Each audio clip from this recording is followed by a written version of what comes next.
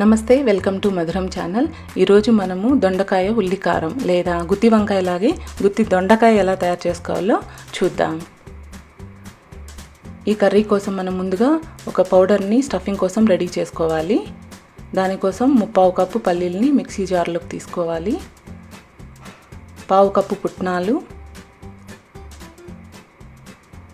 1/2 tea spoon పసుపు, 2 స్పూన్ల కారం, 1 స్పూన్ ధనియాల పొడి, 1 స్పూన్ సాల్ట్, 3 వెల్లుల్లి రెబ్బలు కూడా వేసుకొని మెత్తగా పౌడర్ చేసుకోవాలి. దీనికి ప్రిపరేషన్గా దొండకాయల్ని ఉప్పు పసుపు వేసి ఒక 60% ఉడికించి పెట్టుకోవాలి. మరీ మెత్తగా ఉడికించొద్దు. ఈ విధంగా 4 భాగాలుగా కూడా కట్ చేసి పెట్టుకోవాలి. మనకి ఈ విధంగా పౌడరు రెడీ అవుతుంది కదా, ఇందులో 1 కప్పు సన్నగా తరిగిన ఉల్లిపాయ ముక్కల్ని వేసుకోవాలి. ఉల్లిపాయ ముక్కల్ని నలుపుతూ పౌడర్తో బాగా మిక్స్ అయ్యే విధంగా కలుపుకోవాలి.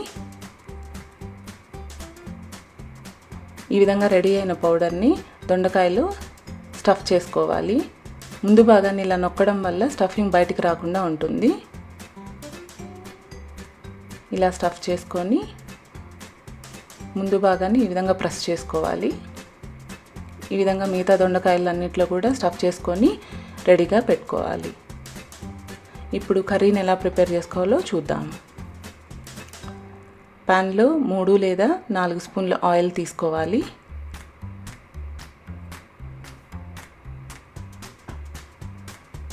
ఇందులో 1/2 స్పూన్ ఆవాలు, 1.5 స్పూన్ మినపప్పు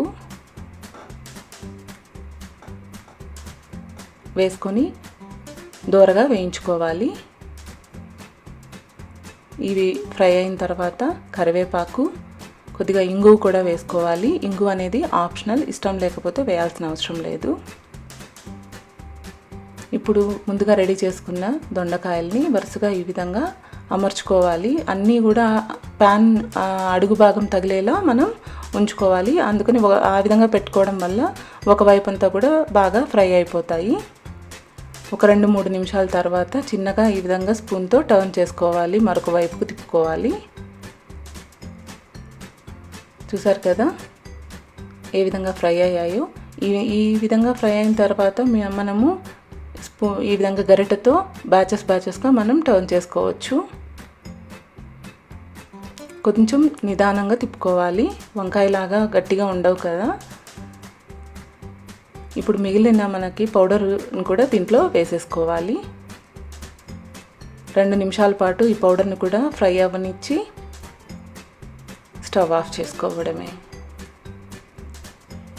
చూసారు కదా ఈ విధంగా దొండకాయ ఉల్లి కారం లేదా గుత్తి దొండకాయ రెడీ అయిపోతుంది. తప్పకుండా ట్రై చేయండి. ఎలా వచ్చిందో కామెంట్ చేయండి. ఈ వీడియో నచ్చినట్లయితే please like, share and subscribe. Thanks for watching. Next వీడియోలో కలుద్దాం.